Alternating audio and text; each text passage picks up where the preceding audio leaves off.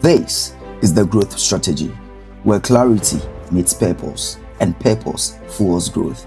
Welcome to the growth strategy, and today I have here with me Derrick Sarfo, who is the CEO of Decorl Box Packaging. He's here with me to talk about business growth, the aspect of building systems that scale. There are a lot of people that have businesses that are not scaling, but then you need to put in certain measures and strategies to ensure that your business scale. And that is what I am here to have a detailed discussion with Derrick for him to share deeper insight on how we can navigate around some of these things. So welcome, Derrick. Okay, thank you very much, Francis. Thank you for the opportunity, and then also thank you for starting this journey. I think it will be very beneficial for both existing entrepreneurs and aspiring entrepreneurs or professionals that want to take their life, either professional life, business, to the next level. So it was a good initiative that you have started, and I want to commend you for that. Great. So much. So now let's dive in. A quick one. Can you give me an insight of what really brought about Decorl packaging? Okay, so my full name is Derrick Kofi Sarfo, and our company is Decorl Box Packaging Limited. We are a sustainable packaging company as well as a climate tech firm with a mission to help African SMEs transition from single-use plastic packaging to more sustainable alternatives for a cleaner environment. Our journey started way back in 2015. Nothing with a business idea, but out of an experience I had on the 3rd of June 2015, which has become popularly known as the twin disaster. It was around 5 p.m. rush hour in Accra. I was trying to get into a bus on my way back home. I'm actually to see a friend before I move on to the house. And it got cloudy, started raining. I was fortunate to leave the scene, which is what we used to call Golf Filling Station at the Kwame Nkrumah Circle, opposite the Vienna Club. Unfortunately, over 200 people lost their life that awful day because of a flood and a fire disaster that occurred. Now, I got to know the news at dawn following the incident. And I was really shocked because when I probed, I realized that was a very spot that I picked my bus and left. And if I just waited just one more hour or two, I wouldn't be here talking about this and sharing the story. And so I was really, really shocked and somehow lucky to have escaped this awful incident. So I took upon myself, a couple of friends, to do something about this. First of all, we followed the research that was led by Dr. Boche of UG. And then the research came up with results that drainages around that area at that time was really choked. And so when it rained, the place got flooded. And unfortunately, the place that got burnt was a petrol station. And that is what led to the disaster. So what initially we started doing was just advocacy. We will go to schools, public spaces, market squares, churches, mosques, to just educate Ghanaians to change their attitude towards waste, in particular single-use plastic waste. And gradually you have people asking you, where are the alternatives? Those were the feedbacks that we were getting in those early days. And so that's what got us into business, right? That with the one aim to sort of provide Ghanaians with alternatives that help curb the single-use plastic pollution menace, so that we don't have that incident happening again in our country. And then one thing leads to another thing. It's what became established business that now we serve over 600 businesses in Ghana and across West Africa with sustainable packaging solutions. So that is a little bit story about our journey thus far. All right, so thank you very much. I think this is very touching because I quite remember this particular incident you actually talking about, and it was so much deadly. And deducing this very initiative out of it is something really commendable. So when you were talking, you made mention of you having about 600 customers. That is where I'm very much interested. Are you much focused on a B2C or a B2B? Okay, so we are a B2B circular economy business. We focus on business. We are business. We serve businesses, right? So we serve businesses with our product and services, and then they serve their customers with our packages, right? Okay. So roughly estimate we have been able to put out there our product and services that have impacted 5 million people across board. So, but we deal with businesses. They come to us for particular packaging product or solution that they need for their business, or those that will just want to buy and distribute generic packages that we have produced in-house. So yeah, we are a B2B business. Yeah. Did you have any support whilst you were starting Decorl back? Yeah. I would say my initial support was family and friends. Okay. Right. A little bit capital saved, and then family and friends, family particularly, supported I will always be grateful to my uncle, who, when I shared my vision of starting the business, supported me and still do support me from time to time. So yeah, I got a bit of support from my family, and my siblings have always been the supporting, encouraging and supporting. I was named after my grandma, I would say, right? Who was Sarfo, Sarfo. And she's my role model when it comes to business. Because growing up, I only had about 10 years of my life with her, because she passed on when I was roughly about 10 or so. But I saw real what I now understand as entrepreneurship throughout her life that I had the opportunity to experience for just about 10 years. She was a farmer and then a fishmonger at the same time. She will farm during farm season. She will fish, go buy fish during fish season, bring them to market and then sell them and make profits out of it. Raise his kids out of that. Literally was a single mom as well. But she built a life running businesses, and that was a great inspiration for me growing up. Yeah. Those people are those that persevere in business. You might not see any tangible capital that they are holding, but you see them turning around a lot of things day in, day out. When you started Decorl back, how were you able to acquire your first customer? I think my first customer, so we started out purely as a social enterprise, right? Mm-hmm. We were not even, it was like we were not so much concerned about profits, right? We were so much concerned about the idea of making Ghana clean. Yeah. And then early days, I got to know one woman called Madam Tilly, who will buy from us our generic product and then sell. She's still at Makola, yeah. And she will buy and then sell. So that was our route. Generic production, sell, and make a profit out of that. Then through that, I had people calling us, right? Especially one woman that called us, who I would deem as our first B2B customer or client. She called us because she had seen some of our generic products at Madam Tilly's wholesale outlets. So she reached out to us, and then she came to our workplace. At that time, we were working from the house, basically. It started from bedroom, basically, and that's how I started, from bedroom in the house, and then eventually moved out of the bedroom because it wasn't conducive to accommodate more people or more staff. Okay. So we at some point were working in a porch of the house, and so this woman came into our workspace and was like, "Is this all the business?" Like, yeah.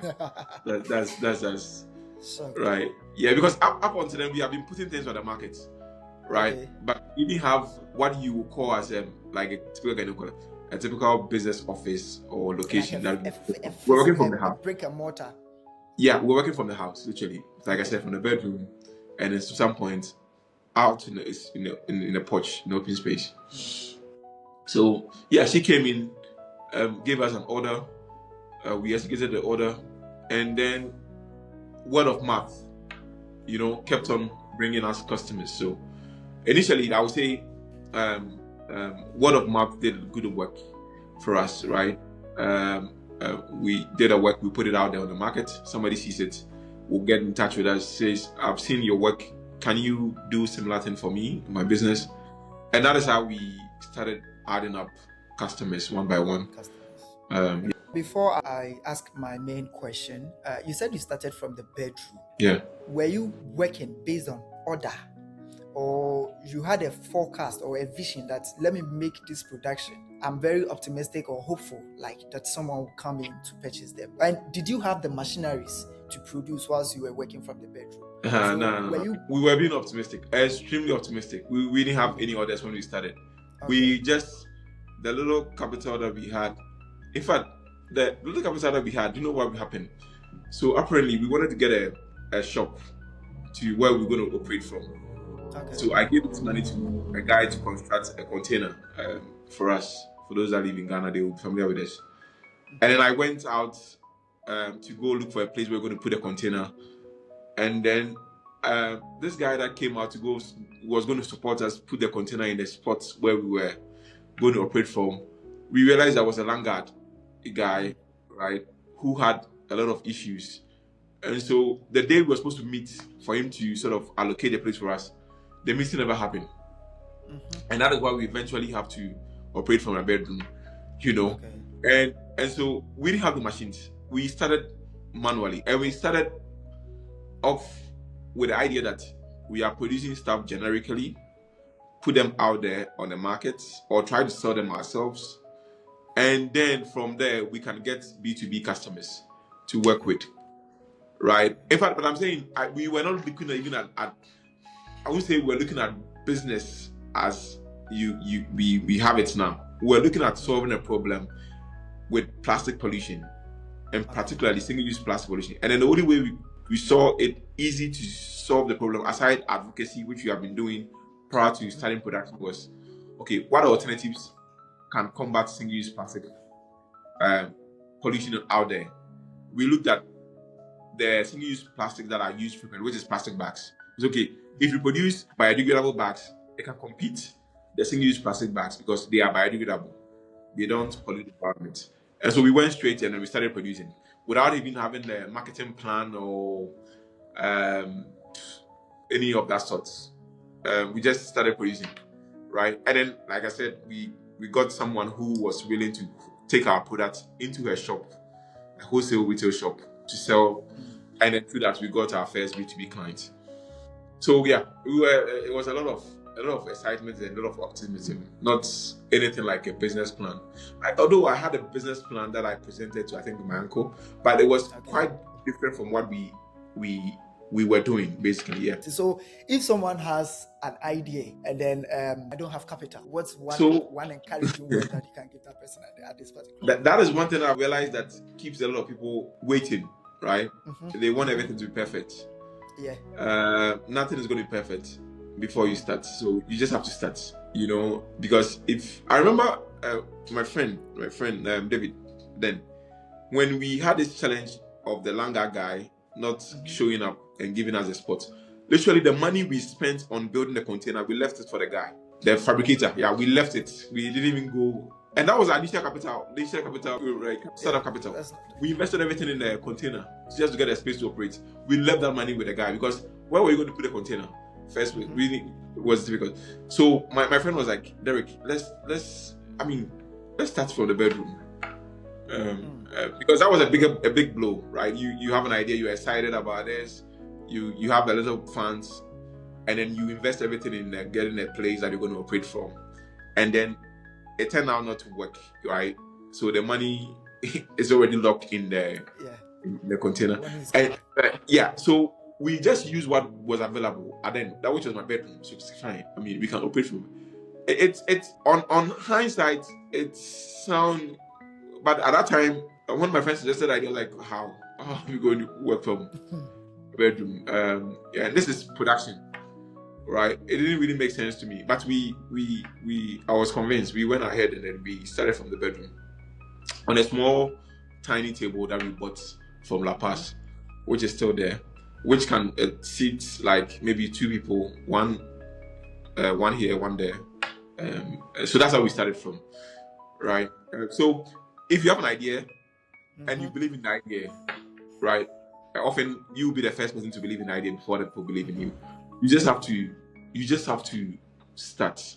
Now having been in business for almost about 10 years plus, I now understand the nuances of business planning and all those visibility, what do you call it, um, research, right? Marketing research, market research, and all those nuances. But I got to know them because I was in the arena. I was Okay. in the business, right?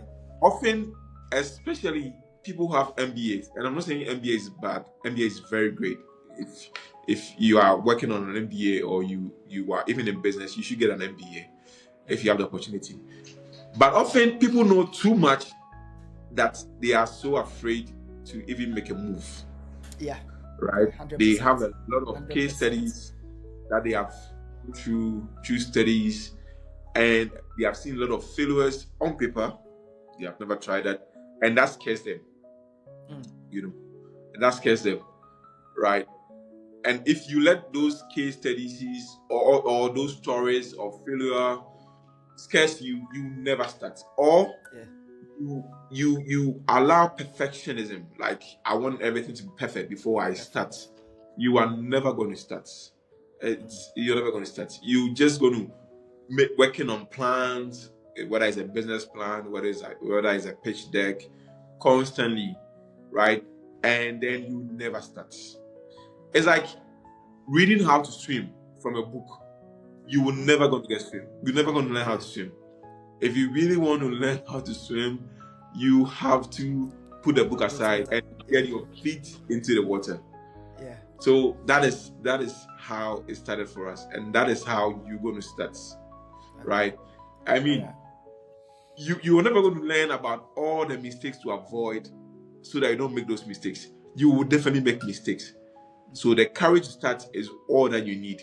The courage, if you really believe in an idea, you need the courage to venture out, to start, and then learn along the way. That's it. As for the mistakes, you will definitely make them. So if you're going to listen to this, Derrick has a message for you that if you have the idea, don't keep it in the bag, because ideas without execution is absolutely nothing.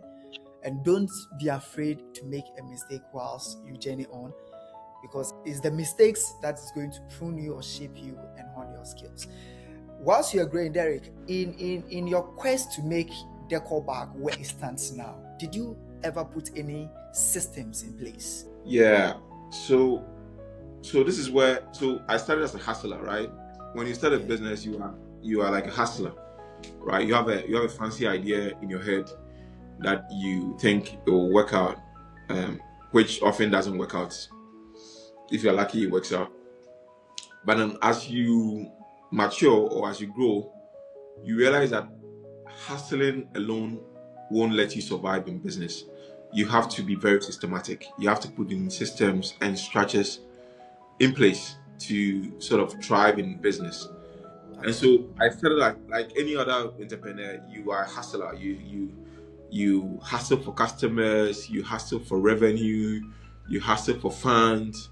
You know, you do stuff by yourself, literally. You are the operator, you are the visionary, you go out to raise funds, you are literally like the legal support of your idea or your startup or your company. You are the operator, right? You are doing literally everything. And then at some point, when you really want to scale or grow and not just hustle through your business career, you have to now be thinking about what structures and systems do I put in place to let this business outlive me. What that means is that the goal of you building a business is you want to be at a point where with or without you, the business can still run, right? And that can only happen when you have structures in place, right? And then systems that runs the business without you. So yes, I started as a hustler, and most businesses start that way. But at some point, I needed to bring in structures, right?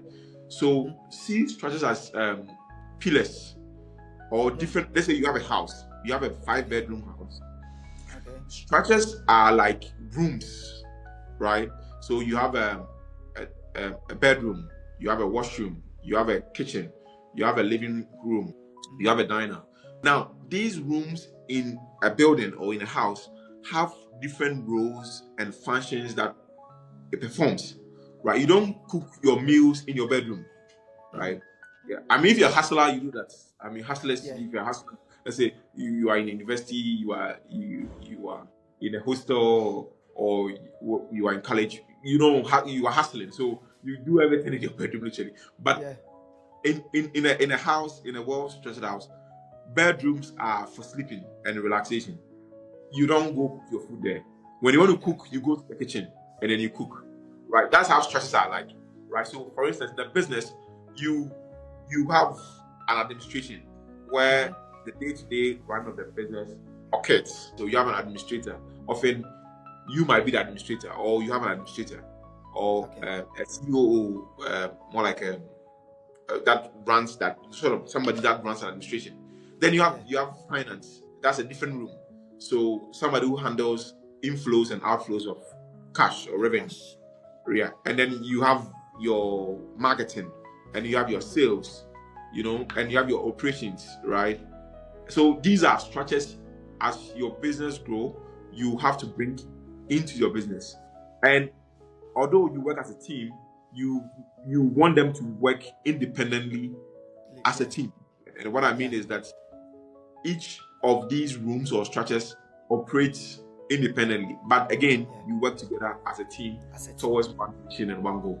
Yeah, so structures are very. Then you have systems, processes, how things are done, SOPs, standard operating procedures. So, for instance, if you take finance as a room in the house, what processes does finance go through to get revenue in and revenue out, or cash in and cash out, right?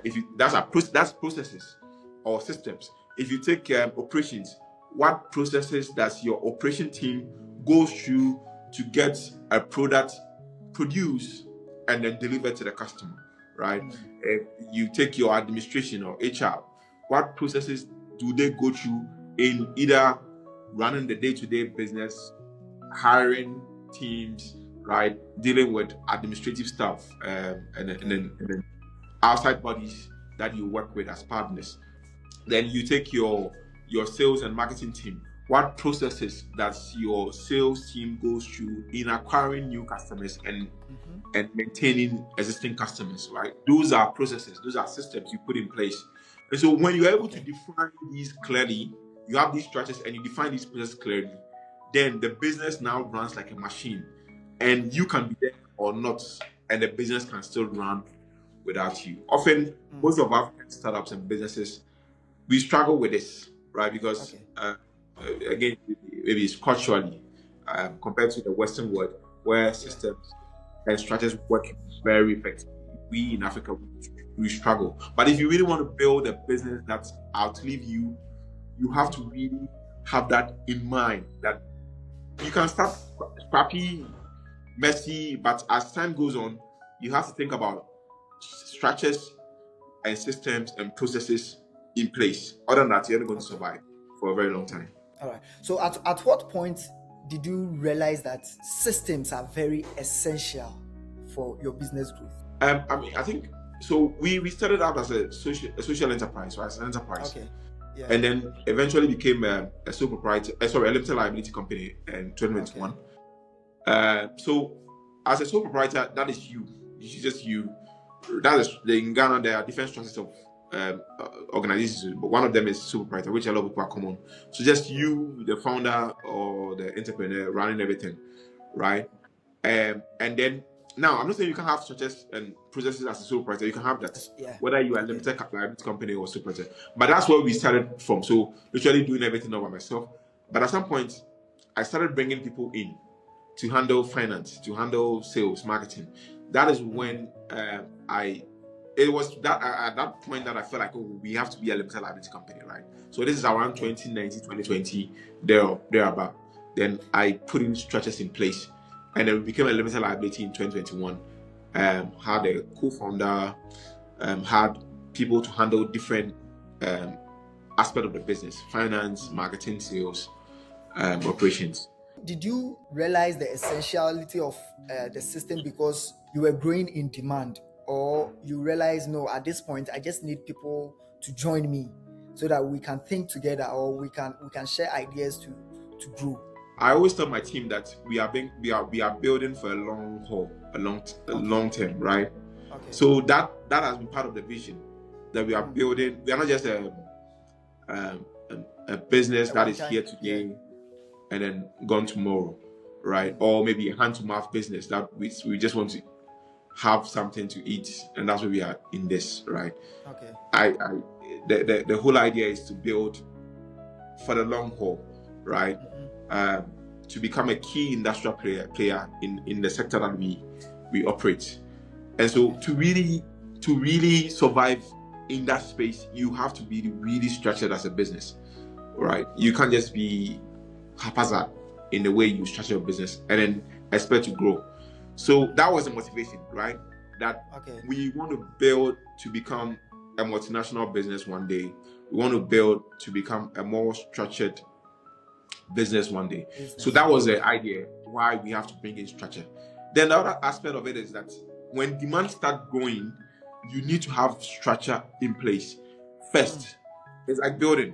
If you don't, your structures are strong enough, and then the rain start coming in, it will tear your building down, right? So that's what one thing structures is like pillars. You have to make sure those foundations are there to support the pressures that will come along with growth or demand as you scale. So those were I think the two key motivations, right?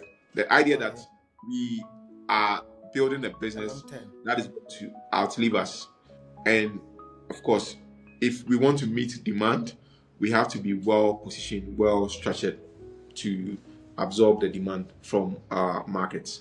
So those were the motivations for building structures here.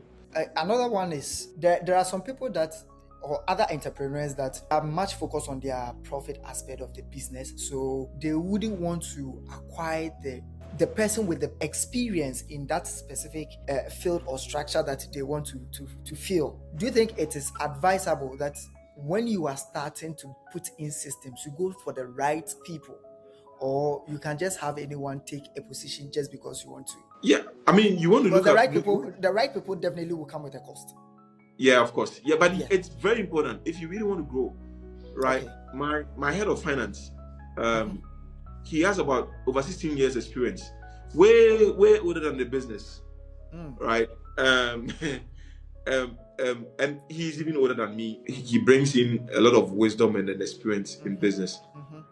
And when we started thinking about structures, it wasn't like we were capable of affording, right? We just have to make room for that. You see that as an investment. So it's not like when you can afford. Sometimes, you want to, but if it's critical to your business and the growth and then your plan, it's essential that you sometimes sacrifice maybe your pay, your salary, and then bring those people in so that the business is well structured. Because when the business is well structured, you are then going to have the profits that you have been desiring. So it's very, very important. It's like I really want to get profitable before I bring in someone. Okay. So from where Decorl Bags stands now, what is one system you wish you had built earlier? Something that I should have put in place before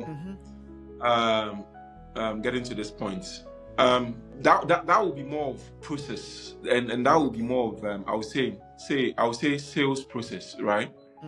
I think I used to do sales myself. I mean, in the early days, right?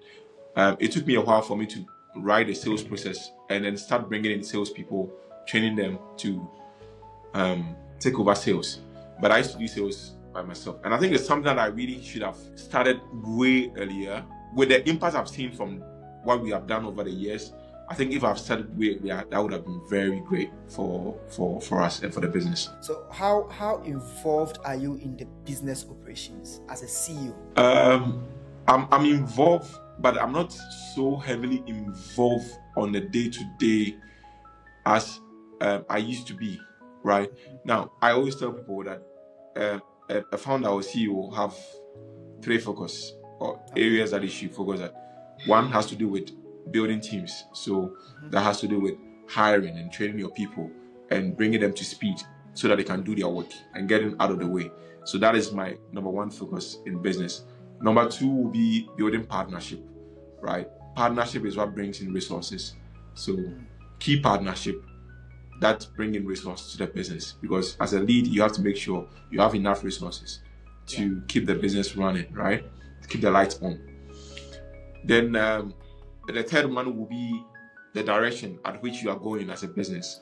You should be the one to determine which direction are we going at what point in time. So those are the three things that I sort of I'm involved in on day to day, right? Then in the operational aspect of the business, it's left with the other departments of the business to run it, right? So operations handles operations, finance handles finance, administration handles administration, right? Yeah. In the aspect of business scaling, do you think incentivizing your human resource is another aspect of it? Yeah, I think you need to incentivize the team, but incentives is not it's in two folds. You can incentivize your team through monetarily, which is very important, right? And companies should do that, and what that means, you pay your staff reasonable amount to keep them working, but there are other forms of incentives, right? Taking interest in their life and their vision as individuals. Most of the people that come to work with you probably have a vision for their life. They want to further their school aim. They want to pursue a particular idea. So get interested in them and in their vision for life, right? And then see how you can support them. Those are sort of incentives that keep them going. They know, okay, I'm working at this place, and the company has key interest in my future, right? And for some, it's some level of motivation. It motivates them to keep doing their best work for the company. You will not always be available. You will probably have engagements. You'll be traveling to meet partners for conferences, for meetings. And before you do that, make sure you have systems in place, because if you don't have right systems in place, and the business at some point will demand you to do that. Right? Because I said one of the key roles of a CEO or founder is partnership building. And partnership means going out there and meeting people and building those partnerships that will help the business to go to the next level. But once you do that, your systems should be able to operate without you, right? And so, say you are out of the country for 3 months because you have to go and see some partners, or maybe you have to go further your studies, do a training, which will eventually help the business go to the next level. The business should be able to run without you, right? Or in your absence, right? Now, if it's able to do that, then it's a testament to you that you have really put in place systems and structures which is working for your business, right? If it doesn't work, if you leave 3 months or let's say a month, and then the business start collapsing, then it means something is not working well, and often the system and the structures that is not in place. Yeah. So if you are an entrepreneur and you are listening to us, you really have to make sure that you have system in place that in your absence, your business still thrive. If your business is depending on you to thrive, it's obvious that you've not put in something right, and you need to go back to the drawing board to ensure that you are doing the right thing. I'm trying to scale. Is there a simple system that I can put in place that will help me to improve my efficiency? Okay, great. So efficiency, by definition, is basically, in my own words, is doing much with less resources or little resource. Exactly. Right? Yeah, basically. So, yeah, in today's world, there are so many ways to do more with less resource, right?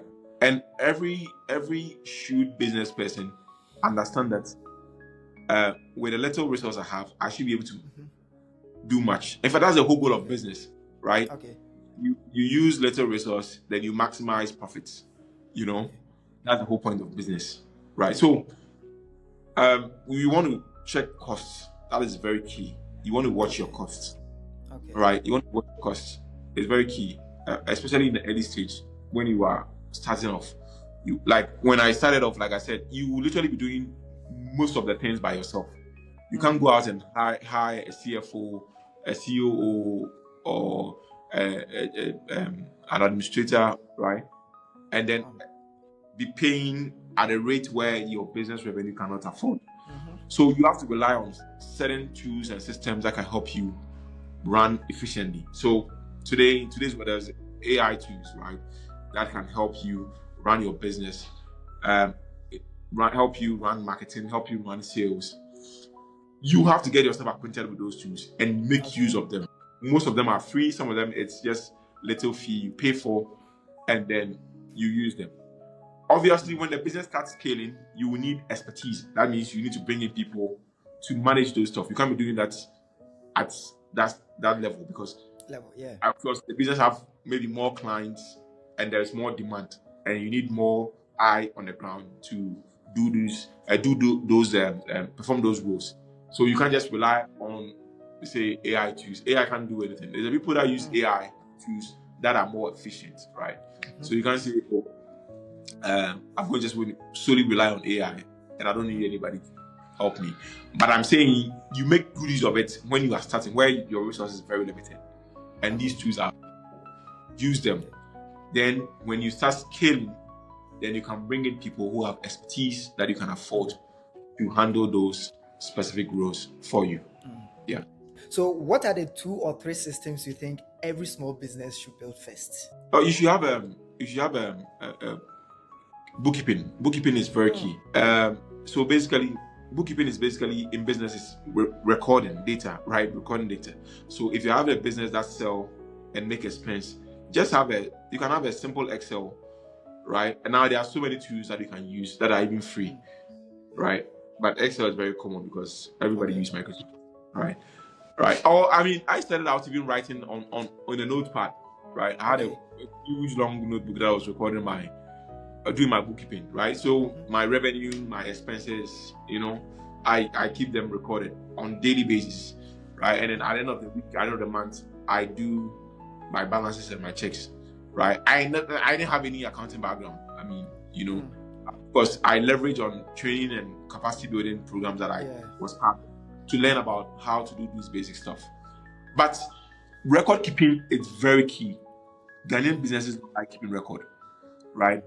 And even if you're not keeping record of everything, record on finance is very key. Your inflows, outflows, very key, because that's what tells you if you're making progress or not. Then you can expand that to other records. If you are doing production, you should record whatever you are producing. How many of that is going out? How many of that is in your inventory and all those stuff. So record keeping is a basic system you have to set in place. Everyone in your business should record something, right? In a business, data is everything, right? And everything you do is data, right?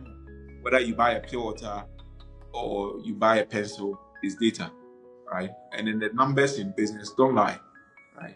So you have to record. Those are it's basic.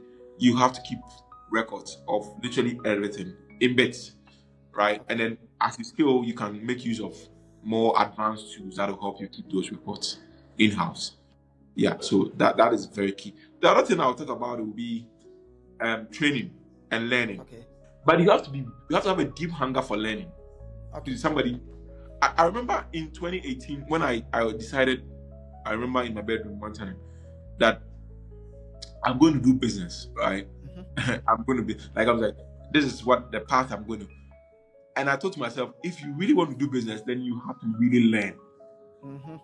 Learn and unlearn, new stuff.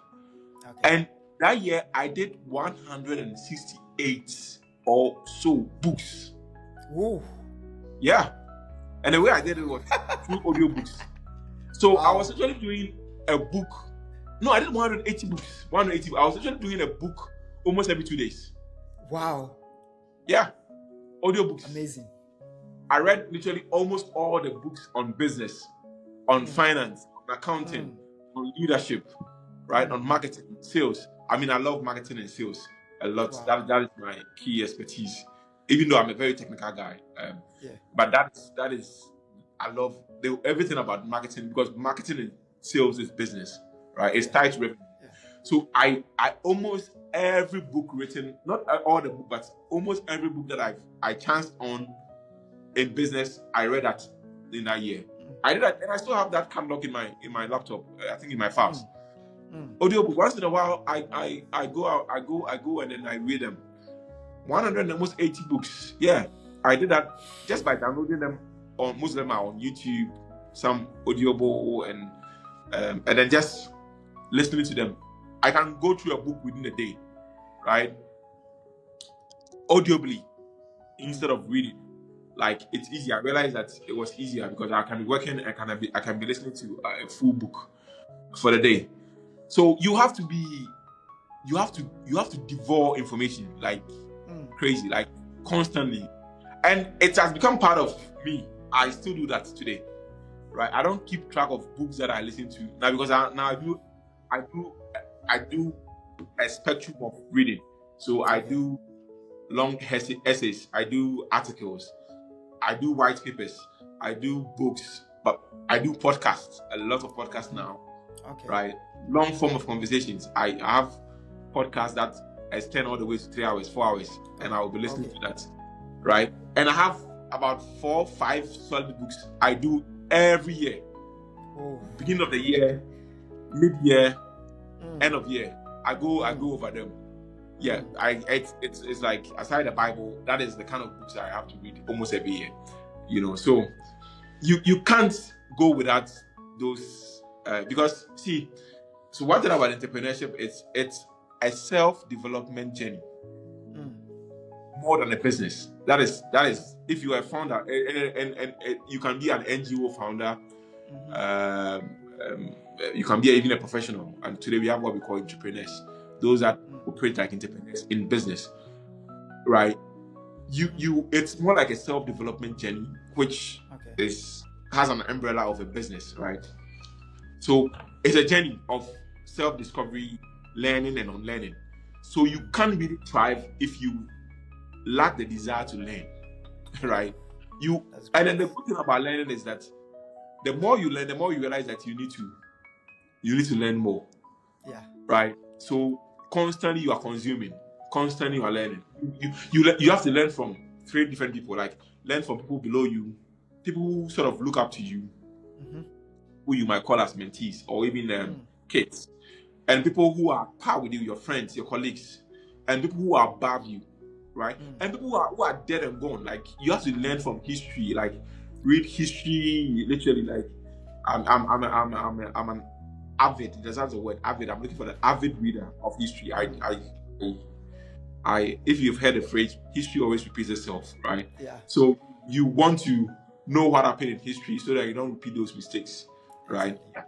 So you have to be someone who really wants to learn. Other than that, entrepreneurship or running business is not for you, right? Because every day it's like the world is your university. When you wake up, you just have to learn literally from everyone and everything, every experience. Yeah. So record keeping, very, very important. Record keeping is very important. Then, right, record keeping of all levels, like bookkeeping, all records. Then learning is very key. I mean, the other thing I would say, but it's also part of learning, is seeking mentorship and guiding and coaches, right? I have a ton of, like a ton of coaches and mentors around me that I surround myself with.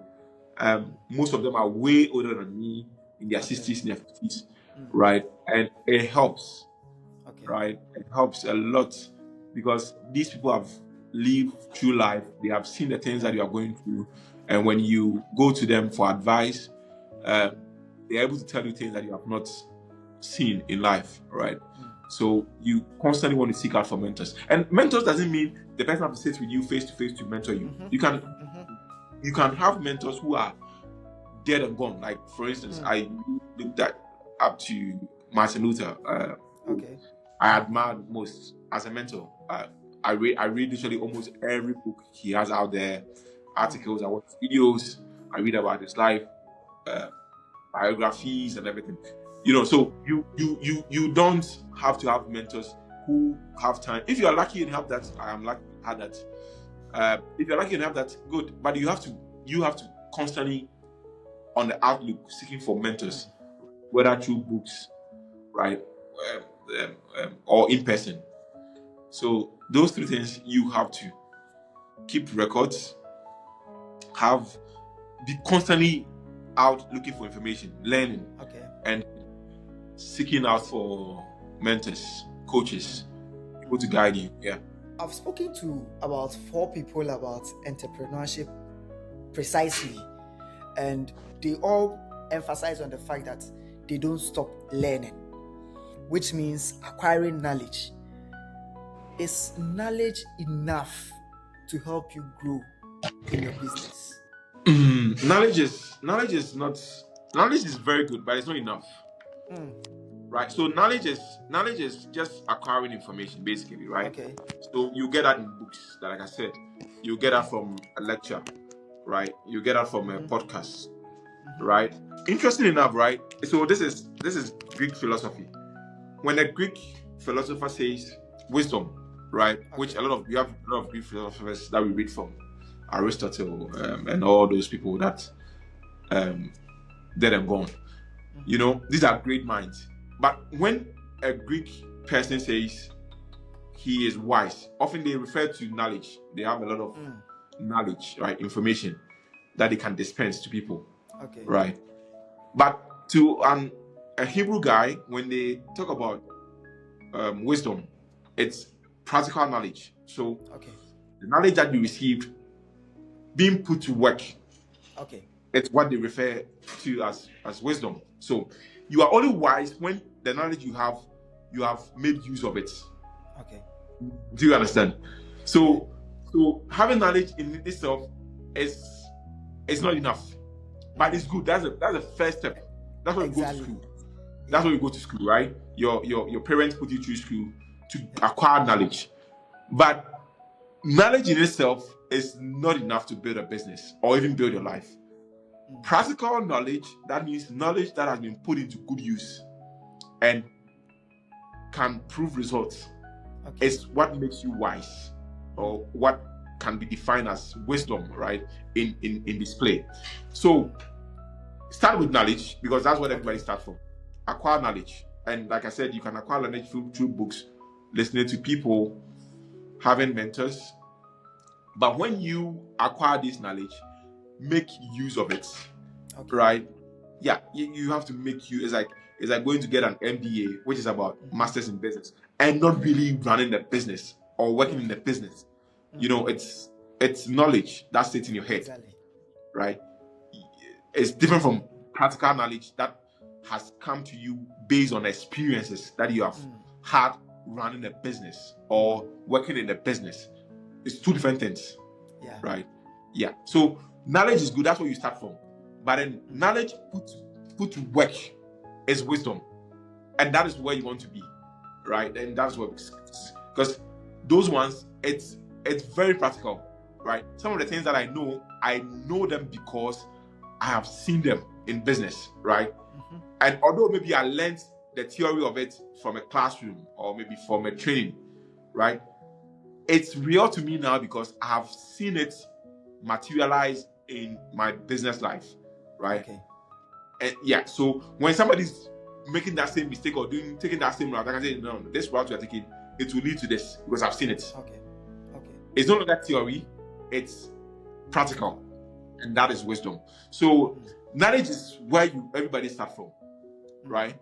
But what distincts people who succeed in business and in life is the ability for you to translate what you know in your head to something practical that produces results.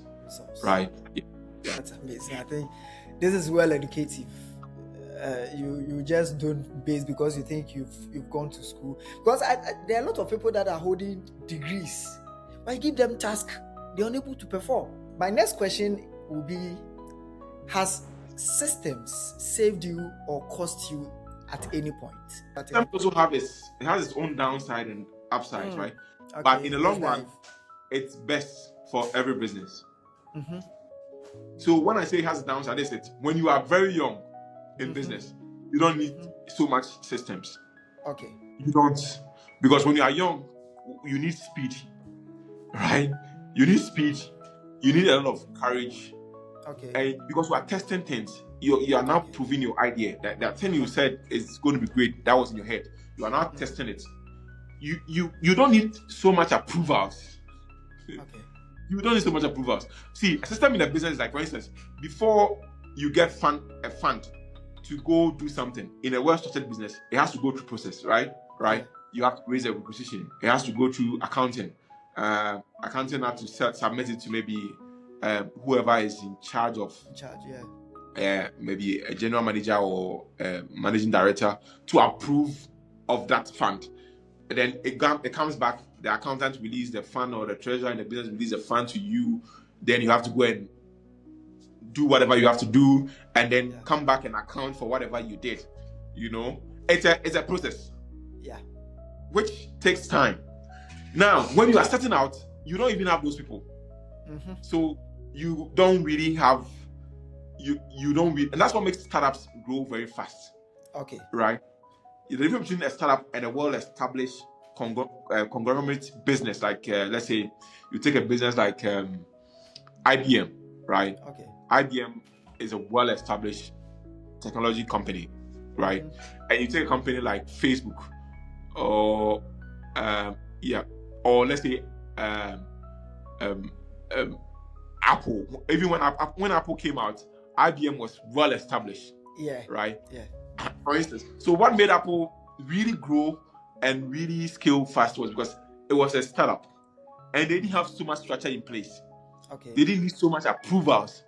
Steve Jobs and Steve Wozniak didn't need so much approvals to get things done.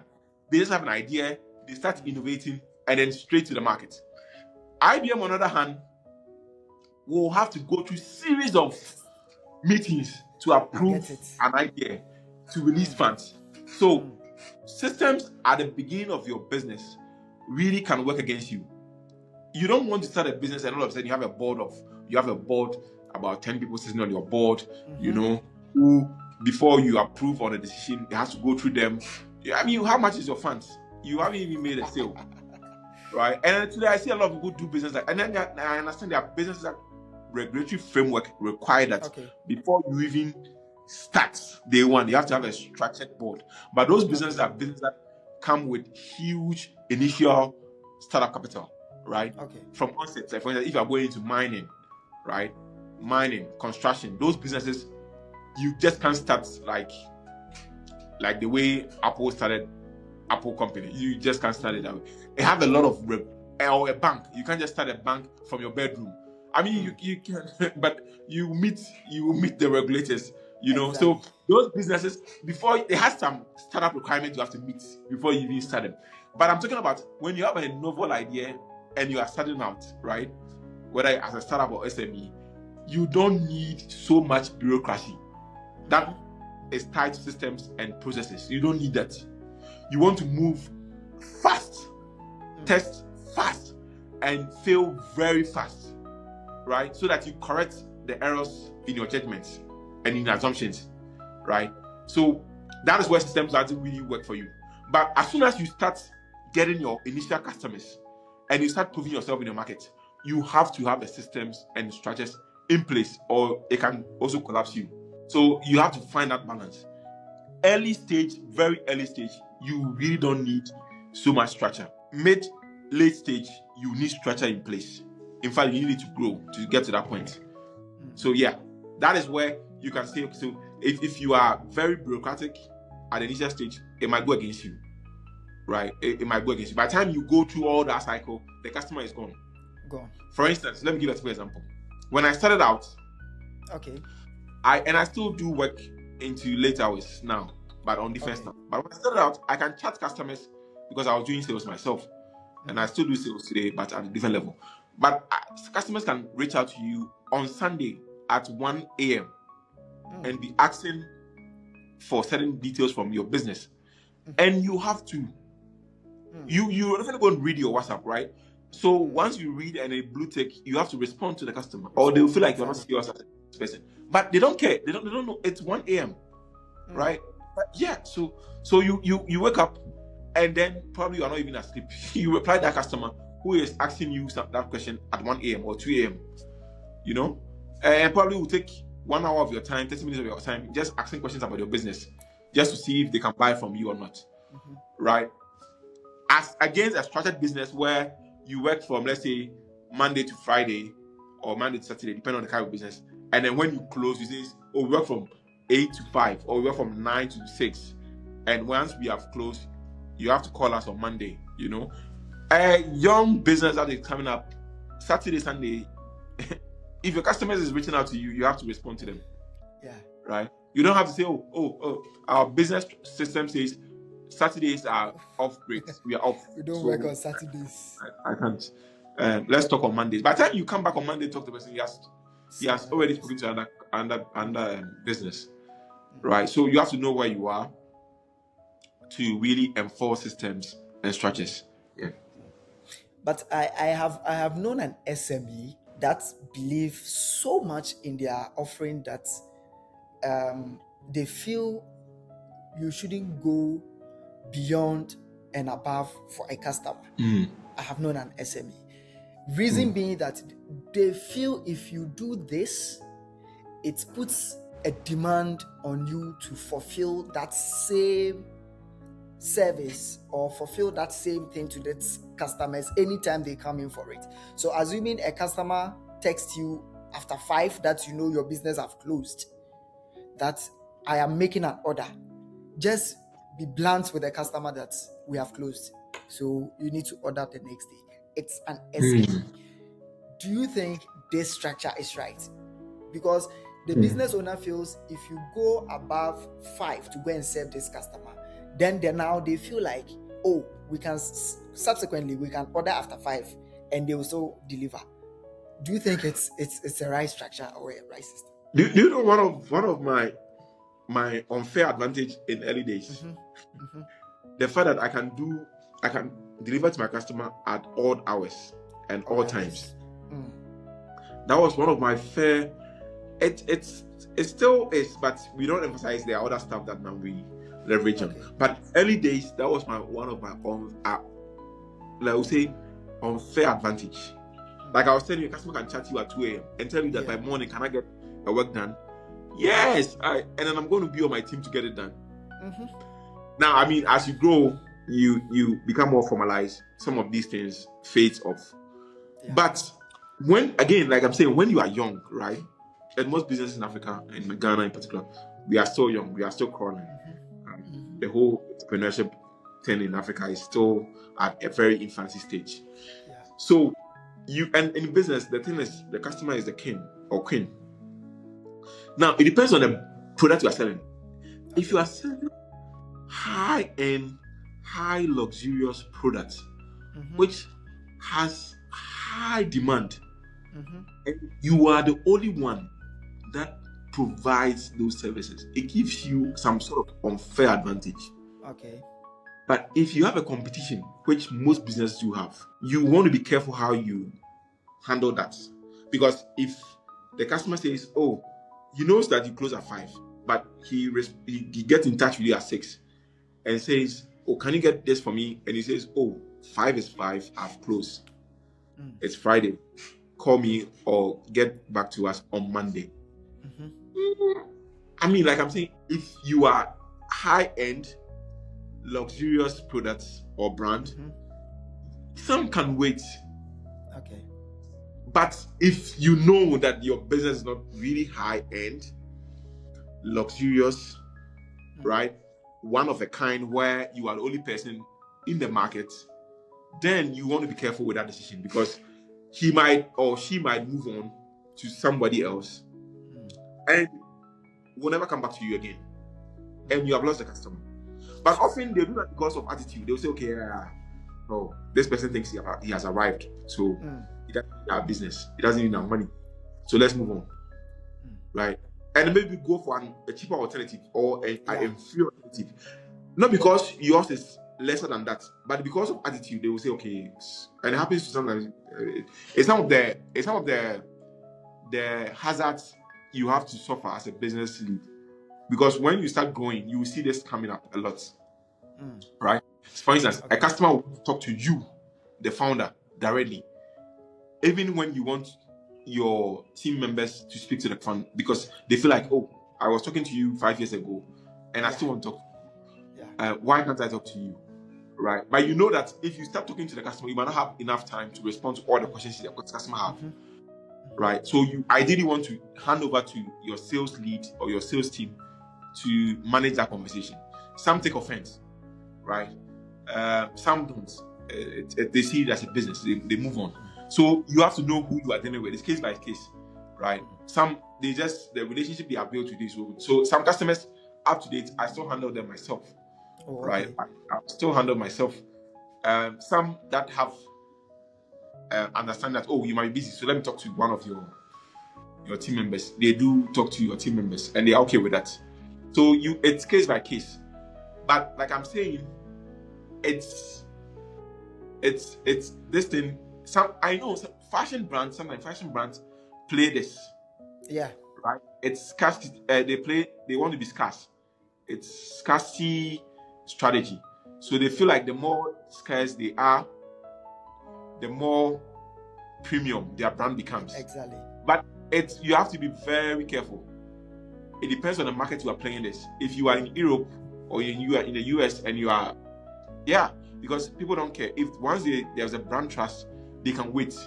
There are people who go and be on queues, right, just to wait for a new release of a product like Apple but because Apple is taking them like almost about 40 years to build a brand like that. You can't just start 1 year, 2 years ago and say, oh, my brand is like Apple. So if you call me, I'm going to say no. Come some other time. Yeah, you're going to lose a customer, right? Yeah, you're going to lose a customer. So yeah. From where you've gotten to as at now, let me put your personal brand and then your business together. So as Derrick and as Decorl Bag Packaging, what's one growth decision that you made that changed or has brought you where you are now? I think it's, again, seeking out mentors is one thing if I look back, I would say has really helped. And then training programs, right, for instance. Okay. So those two things have really done a lot of good for us as a business and for me as a person, entrepreneur. So let me start with seeking out as a mentor, seeking out, because I think mentorship came first before training programs. Yeah, so mentorship has done the great work for me. Okay. Right. So I intentionally decided that at some point I'm going to seek out somebody to learn from, somebody to serve and learn from. And I did that. And my mentor, I'm always grateful to, Amazarashi Motin. Really, I mean, it was like he's in my business. He's not in my, often they will say, okay, find somebody who has done what you are doing, right, to mentor you. Now, he wasn't into packaging. Of course, he understands manufacturing and he understands printing to some extent. But mentorship is basically finding somebody who can hold your hands and sort of train you in a way, right? In a way that you by yourself cannot, right? And then along the way, opens doors for you that you by yourself cannot also open those doors, right? Because they have been to places, they have been to rooms that you at that capacity and that state, you by yourself cannot. So seeking out mentors was the first thing that did a lot of good in my life and in business, right? And my mentor will send me to wild places and spaces where on a normal I will never go to, right? Okay.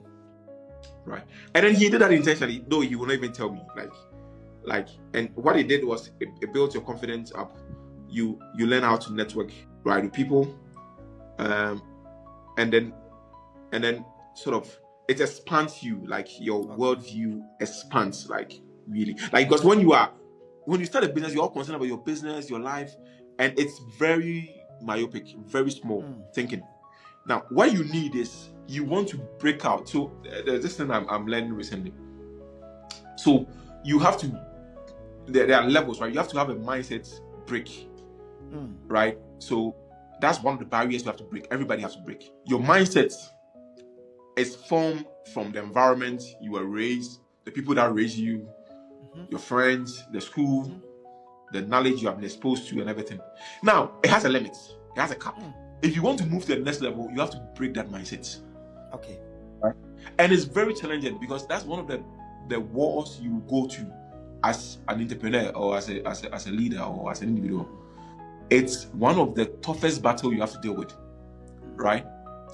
You have to, like, for instance, to be able to think, okay, how can I make, let's say you were working somewhere, you were earning, let's say, I'm giving an example, you were earning, let's say, 100 cedis a month, or you're earning 1,000 cedis a month. To think about, I can earn 10,000 cedis a month, same month, nothing has changed, because a month, it takes a different mindset. To think about, I can 100,000 a month, same month, it takes a lot of shift in mindset. To think about, I can make 500,000 a month, 1 million a month, right? It's a different shift in mindset that is required to do that, right? And you can't do that staying at the same place. You can never do that. No, because your environment conditions you to think certain way, right? So you have to bring yourself to an environment where if you were thinking 100 cities was the cap, you start thinking, I can go beyond 100 cities to 1,000. If you're thinking 1,000 cities was a cap, because I can go beyond 1,000 to 10,000. If you're thinking 10,000 cities was a cap, you can think, I can go beyond 10,000 to 100,000. If you're thinking 100,000 was a cap, you can think, I cannot go 500K, 1 million. It takes a different shift of mindset, and this often happens when you come in contact with certain people, right? And for me, it was true mentors, right? So it breaks that barrier. That's mindset barrier. Now, the other barrier is like physical barrier. Like literally, let's say you are based in Accra, right? But let's say you are based in let's say Medina, or you are based in Ashoman, or you are based in Sawam, right? Physically, that's where you know. That is where you know. Like you have to break out from that. Okay. I'm not saying leave from there. No, but you have to break out physically, right? You have to break. So what that means is that you think everything about the world happens around in Sawam because the Sawam is where you were born and raised. Exactly. No. The world doesn't revolve around in Sawam where you were born and raised. Or if you were born in, even when you're born in East Legon, the world doesn't revolve around East Legon. There is a bigger world out there. So you have to move out from this comfort zone where you were born and raised and get to uncomfortable spaces, right? And you do this very well through networking. And that's one thing, again, mentorship can help you do that. But again, you yourself as a person, you have to. So you break the mindset. The mindset barrier is, I can't do this. Now you start thinking, I can do this. I can do this. I can do this. These people are doing this. And then I can do that. Then the next one is like physical barrier. You have to break from what you know to the unknown. And it can be very scary, but you have to do that, right? You have to break out from that. Then there's another thing. So for instance, when you do that, first you are in an industry, right? For me, I'm in packaging, I'm in manufacturing. There is another barrier you have to break. It's a still like you can be very comfortable in your space. Okay, I'm into accounting, I'm into finance, I'm into banking, and you can do banking for 40 years of your life, 60 years of your life, and that's what you know. For the rest of your life, till you die, you did banking the whole life. You lived a limited life. There is a bigger world outside banking, if banking was your space, right? So you have to constantly break the mold. Okay, my expertise is in agric, in finance, in manufacturing, in packaging. But you have to know that there's a bigger world out there, right? Okay. And you want to be curious about that world and know about that world, right? So that is another level of barrier you have to break, and it comes by exposure, right? You want to understand different cultures. And often when you travel, and I'm not saying travel overseas per se, but it's also part of it. But when you travel within your country, for instance, if you're born in some and you live your life in some, you work in some, you grew up in some, and you die in some, they ask you what did you do with your life, all that you could tell, it's your life around his phone, right? You didn't know that there was somewhere like Temale, right? Yeah. Or Savannah region or Volta region. So you want to break that mode. Like, what I mean is that break mode from your existing path, the things that you are very convenient with. I'm expert in packaging. I can talk about packaging all day, all night. But I understand something when I started going in business, that packaging is just a subset of business. Manufacturing system. I need to understand other aspect of business, finance, right? What is the underworking of banking, right? Agriculture, right? And production. Oh, so many stuff that has nothing to do with packaging. You have to be sort of all rounded, right? You have to be, of course, experts in your field, but also rounded in different fields and expertise. Because at the end of the day, what you realize is that the skill set you acquired in your field, if they are not transferable, then you can be relevant in other spaces. So I don't know. What happens is that as an entrepreneur or as a business lead, what do you realize that you build certain skill set that is transferable, whether you end up in politics, whether you are in history, whether you are in non-government initiatives, there's a NGO, you can still function. Do you understand? Yeah. When you are able to get to that level, that means you are breaking that mode, right? You have broken that mode of what is familiar and comfortable to you, right? So mindset barrier, you have to break it, right? Then you have physical barrier, you have to really break that. Like what is used to you, your location, you have to really break that. It's very tough. And then you have to like go beyond your scope. What do you know? What do you have expertise in? You have expertise in. You have to know more than that. Again, all these are tied to learning and constantly seeking for knowledge and experiences. So, yeah, that's what I say to that. Yeah. All right, thank you very much, Derrick. This has been so much insightful. But then, what last advice would you give to someone, an entrepreneur who is looking to put in systems and structure in order for them to scale? What do you have to tell them? Okay, so there's some few stuff that I wrote down here that I will share with people. Will be at the end of the day, right? If you operate in Africa, this is global, but if you operate, one thing that you have to learn as an individual is resilience. You have to be tough, right? It's another word for it is tough skin. You have to develop tough skin, because at the end of the day, those with tough skin are those that survive, right? Yes, you can have a ton of resources, right? Network, opportunities, whatever. If you are not tough as an individual, and I mean, you are mature or something wrong with me, because you can be a woman, you have to be tough in mind. Yeah. Right? You have to decide that, okay, this is the path that I'm on, that I've decided to be on. And no matter what comes my way, I'm going to still stick with it. As long as I have the breath of life. You have to be, because things will be thrown at you. Right? Things will be there are people that will want to see you for even your own. The funny thing about that, forget about the people, those are external. You as an individual, you realize at some point you become self-destruction. Like you are, the things that you have spent years and hours building, you can destroy them in hours. Yeah, it's true. Right? And if you have to watch yourself, because if you don't watch yourself, you go into self-destructive mode where you destroy the things you have built over time and over years. Right? So watch that. You have to be resilient enough against your own self-destruction. Right? And then against those out there that want to destroy you. Yeah, because I'm not saying go looking for enemies by that point. I mean, there are people who knowingly or unknowingly might want to see you come. Yeah. So you have, and then they'll come. There will be times that you see that this is the end of it. maybe I have to give up, I have to throw in the towel, right? But you have to understand your why. Why did you get on this journey, right?